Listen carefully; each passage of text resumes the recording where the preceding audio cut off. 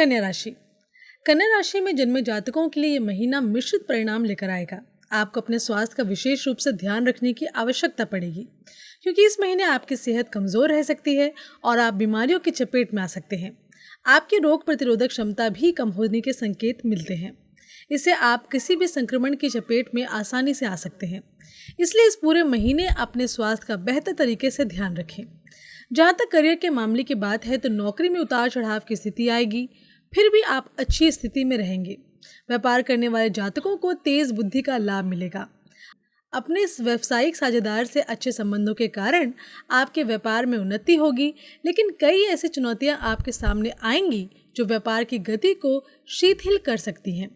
इसलिए सावधानी से आगे बढ़ें। पारिवारिक जीवन में अच्छी स्थिति रहने की संभावना है।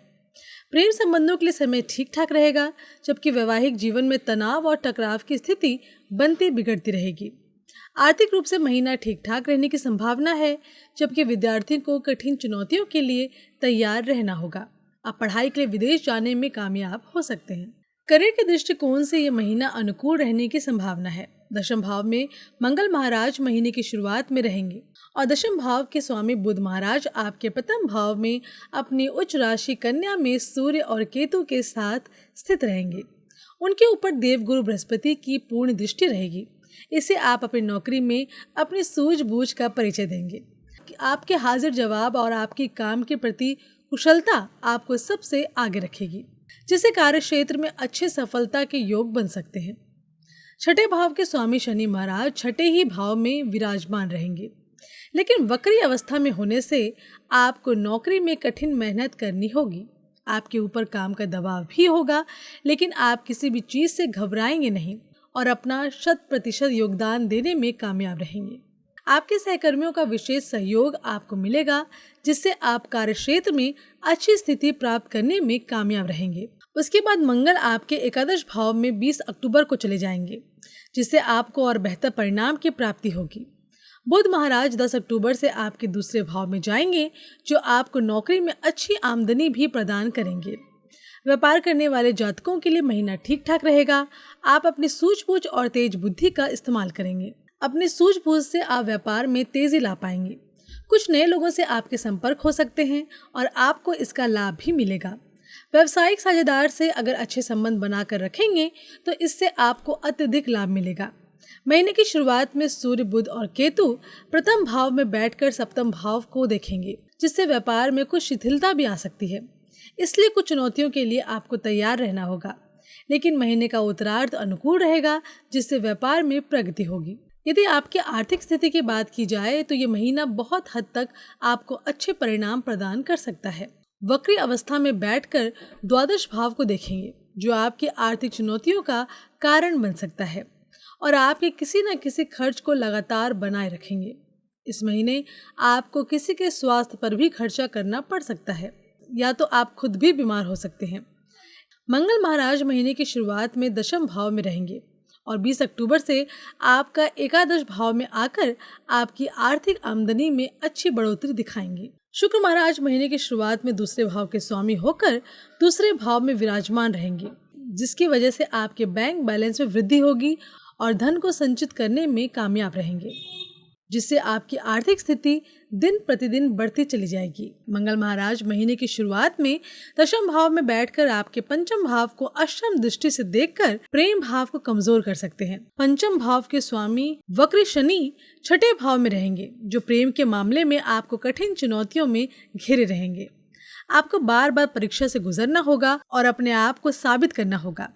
हालांकि देवगुरु बृहस्पति की दृष्टि नवम भाव से पंचम भाव पर होने के कारण आप अपनी जिम्मेदारियों को भी निभाएंगे और अपने रिश्ते को भी बराबर महत्व देते जाएंगे, जिससे आपका प्रेम जीवन अच्छा चलेगा। लेकिन 9 अक्टूबर से बृहस्पति वक्री हो जाएंगे और मंगल भी 20 अक्टूबर से कर्क राशि में यानी कि अपनी नीच राशि में एकादश भाव में जाकर आपके पंचम भाव को देखेंगे, जो आपके रिश्ते के लिए अच्छा नहीं होगा। इसलिए आपको सावधानी बरतनी होगी ताकि आपका प्रेम जीवन ठीक ठाक चलता रहे। विवाहित जातकों की बात करें तो राहु महाराज पूरे महीने सप्तम भाव में विराजमान रहेंगे और सप्तम भाव के स्वामी बृहस्पति महाराज नवम भाव में रहेंगे, जिससे जीवन साथी से अच्छा समन्वय रहेगा। आप अपने जीवन साथी के साथ कहीं न कहीं घूमने या किसी तीर्थ स्थान की यात्रा पर जा सकते हैं। सूर्य, बुध और केतु प्रथम भाव में बैठे रहेंगे। महीने की शुरुआत में आपका वैवाहिक जीवन थोड़ा परेशानियों में घिरता हुआ नजर आ रहा है। उसके बाद महीने का उत्तरार्ध अपेक्षाकृत अनुकूल रहेगा और तब इन समस्याओं में कमी आएगी, जिससे आप राहत की सांस ले सकते हैं। पारिवारिक जीवन की बात करें तो ये महीना पारिवारिक तौर पर आपके लिए उतार चढ़ाव से भरा रहने वाला है। फिर भी आपको कुछ अच्छे पल व्यतीत करने का मौका मिलेगा और घर का माहौल अच्छा भी रहेगा, क्योंकि दूसरे भाव के स्वामी शुक्र महाराज महीने की शुरुआत में दूसरे भाव में ही विराजमान रहेंगे, जो कुटुंब के सदस्यों में आपस में प्रेम भाव बढ़ाएंगे। आपके परिवार में कोई बड़ा फंक्शन या शादी विवाह का कार्यक्रम संपन्न हो सकता है या किसी का जन्मदिन भी मनाया जा सकता है। चौथे भाव के स्वामी देवगुरु बृहस्पति नवम भाव में विराजमान रहेंगे, जो 9 अक्टूबर से वक्री भी हो जाएंगे और मंगल की दृष्टि दसम भाव से आपके चौथे भाव पर रहेगी। इससे आपका पारिवारिक जीवन उतार चढ़ाव से घिरा हो सकता है, लेकिन फिर भी एक डोर में आप सभी बंधे रहेंगे, जो पारिवारिक जीवन को मजबूत बनाएगा। भाई बहनों के लिए ये समय अनुकूल रहेगा और उन्हें प्रगति करने का मौका मिलेगा। वो अपने जीवन में आगे बढ़ेंगे और उनसे भी आपको लाभ होगा और आपसे भी उन्हें लाभ होगा, जिससे आपका आपसी सामंजस्य और बेहतर हो जाएगा और आप पारिवारिक जीवन का बेहतर तरीके से लुत्फ उठा पाएंगे। इस महीने के उपाय की बात करें तो उपाय के तौर पर आपको अपने राशि स्वामी बुध महाराज के विशेष रत्न पन्ना रत्न को अपनी कनिष्ठा उंगली में बुधवार के दिन धारण करना चाहिए। आपको प्रतिदिन भगवान श्री हरि विष्णु जी की उपासना करनी चाहिए। आपको शुक्र ग्रह के बीज मंत्र का जाप करना भी अत्यंत लाभकारी होगा। छोटी कन्याओं के चरण छूकर उनका आशीर्वाद लें और उन्हें भेंट स्वरूप कुछ न कुछ अवश्य दें।